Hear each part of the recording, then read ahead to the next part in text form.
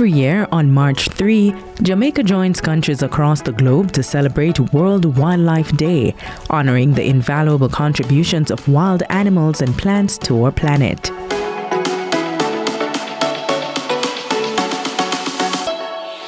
This year's theme, Wildlife Conservation Finance, Investing in People and Planet, emphasizes the critical role of sustainable funding in preserving our natural heritage.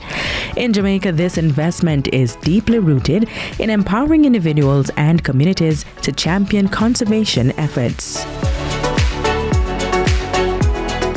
The National Environment and Planning Agency, NEPA, leads Jamaica's environmental conservation efforts. We have to be very strategic in engaging the local community, non-governmental organizations, and various community groups to assist us in actually implementing the work on the ground. We have programs like our game warden programs, where we have volunteers who lend their hand in partaking in whether it be rescue missions, assisting in certain trainings that if you have someone who's experienced, a game warden who's experienced, we use them to assist in training and training others. One of the entities which ensures the protection and sustainability of the island's wildlife is the Caribbean Coastal Area Management Foundation, CCAM.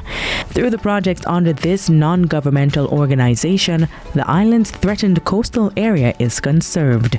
How, you may ask? Our partnership with the various government agencies, the National Fisheries Authority, and NEPA primarily have been pivotal.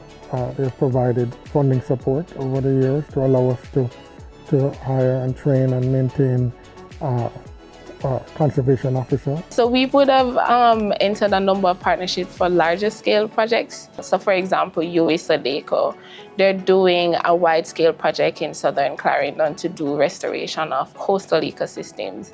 And we have an agreement with them.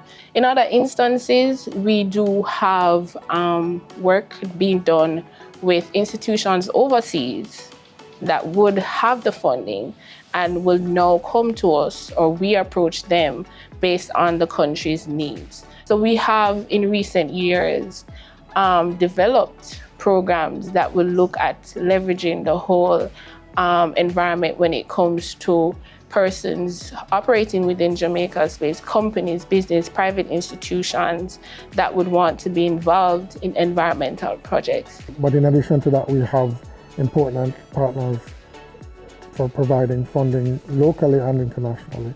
Agencies like the Critical Ecosystems Partnership Fund, the European Union, the National Conservation Trust Fund of Jamaica, the Environmental Foundation of Jamaica, among many others. Another conservation partner is the Aracabessa Marine Trust.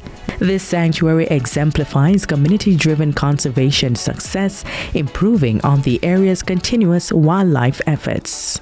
The main goal of the fish sanctuary is to increase fish population through a variety of different marine conservation activities, mainly our coral restoration program. So we basically grow corals here to plant on the reef as a way to invite fish to come back onto our reefs here. So we've been around for 10 years, and I can honestly say there's been an increase in fish population and the fish mass. And the fishermen can tell you as well, because they're the ones who benefit directly from the fish sanctuary. We have a wide variety of species of fishes coming back in the fish sanctuary. People are catching fish, they're finding lobster, they're finding conch, crab, Right now, the whole island should be fish sanctuaries. So you're protecting the foreshore areas, the fish and the reefs can get to grow. So, the reef, the purpose of the reef is to protect us from tidal wave, because the reef continues to grow, and it also is a habitat for fish.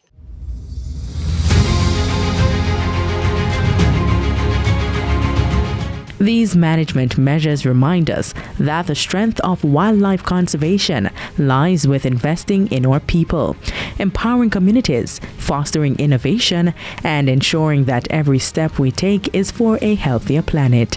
This World Wildlife Day, let us commit to protecting our natural heritage by nurturing the human spirit behind every conservation effort.